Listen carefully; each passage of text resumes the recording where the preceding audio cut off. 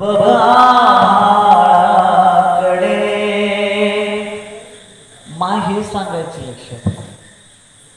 मा तुकोबरायांचे अभंग गायचे. समर्थ रामदास स्वामींचे मायबापा त्या ठिकाणी श्लोक गायला जायचे. एक बाई तर मला म्हणली, महाराज माझं लेकरू लय हाडहाड करते, मला हाडहाड करते. मी म्हणलो माय तू नीट आठव, त्याला पाळण्यात झोपताना तू कधीतरी म्हणलीस का असं हाडहाड म्हणलं की नाही? त्याच्यामुळेच त्यानं हाडहाड करला.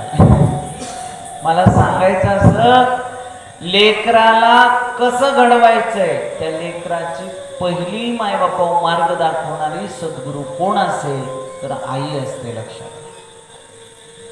आईनं लेकरं आपल्याला आपल्या आईनी मायबापा लेकरं घडवायचे असतात. पहिली सद्गुरू आई असते, त्यानंतर बाप असेल, त्यानंतर शाळेमध्ये गेल्यानंतर अनेक सद्गुरू, मग आपल्या मायबापा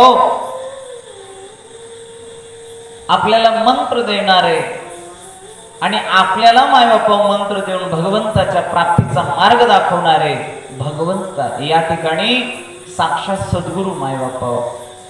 असं अनेक जीवनामध्ये आपल्याला प्राप्त होणारं जे धन आहे या ठिकाणी मायबापा ते स्वतः स्वीकारत असताना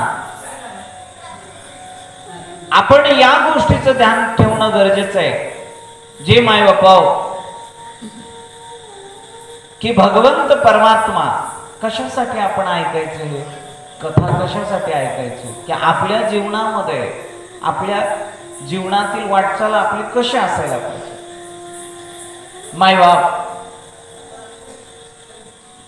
आज आता मी प्रारंभी एक चरित्र घेतोय ना, ते चरित्र जे सांगणारे ते फार अद्भुत चरित्र आहे.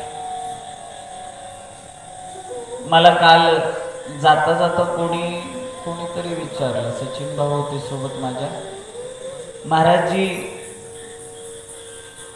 राधा आणि कृष्णाचं लग्न झालंय का, आणि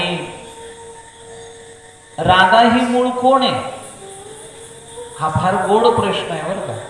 देवी भागवत महापुराणामध्ये विशेष कथा पण येते या बाबतीत, असं म्हणायला आपण हरकत नाही. कारण कोण आहे राधा? मायबाप भगवंताचंच स्वरूप, साक्षात भगवंतच राधा आहे आणि राधाच भगवंत आहे. असं सांगून जमणार नाही. तुम्हाला मी पूर्ण कथा सांगतो म्हणजे लक्षात ठेवा. समुद्र मंथनामध्ये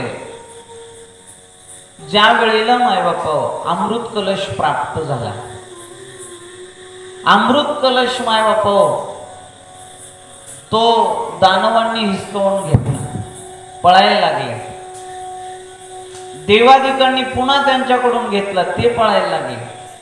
त्या अमृत कलशासाठी भांडण व्हायला लागले. भगवंत म्हणले हा अमृताचा नासाडा करते, आपण काहीतरी करणं गरजेचं आहे. म्हणून मायबापा या ठिकाणी भगवंत काय करतायत, फार गोड आणि सुंदर एका स्त्रीचं रूप धारण करतायत. मोहिनी म्हणतात तिला.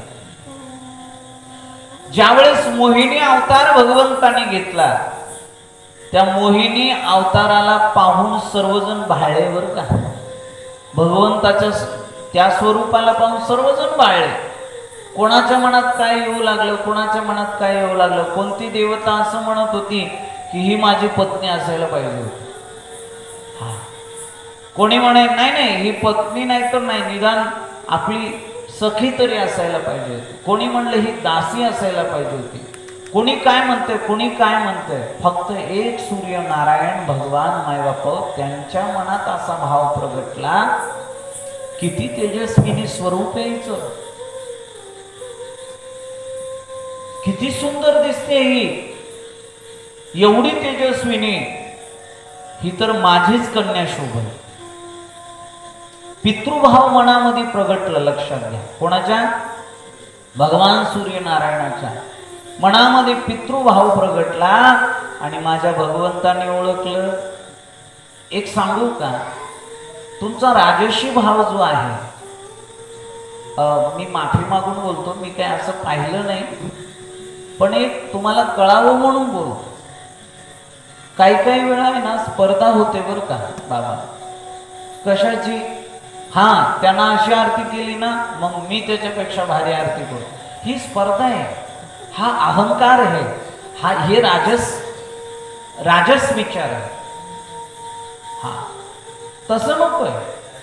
वा, किती सुंदर त्यांनी पूजा केली, मला त्याच्यापेक्षा अजूनही काहीतरी वाढून करता आलं पाहिजे. हा सात्विक भाव आहे म्हणा. आलं का लक्षात? हे असं मनात यायला नकोय, कारण हे आलं की याच्यातून ईर्ष्या, याच्यातून दंभ, याच्यातून माय बापा तिरस्कार, हे सगळं अंगी येतं आपल्या आणि अहंकारातून दर्शन देतं. म्हणून ते आपल्या अंगी येऊ नये याच्याकरता माय बापा आपण हा विचार केला पाहिजे की त्यांची एवढी गोड सेवा झाली आहे तर माझंही कर्तव्य यापेक्षा अधिक मलाही जमली पाहिजे. हा भाव सात्विक आहे माय बापा. आता या ठिकाणी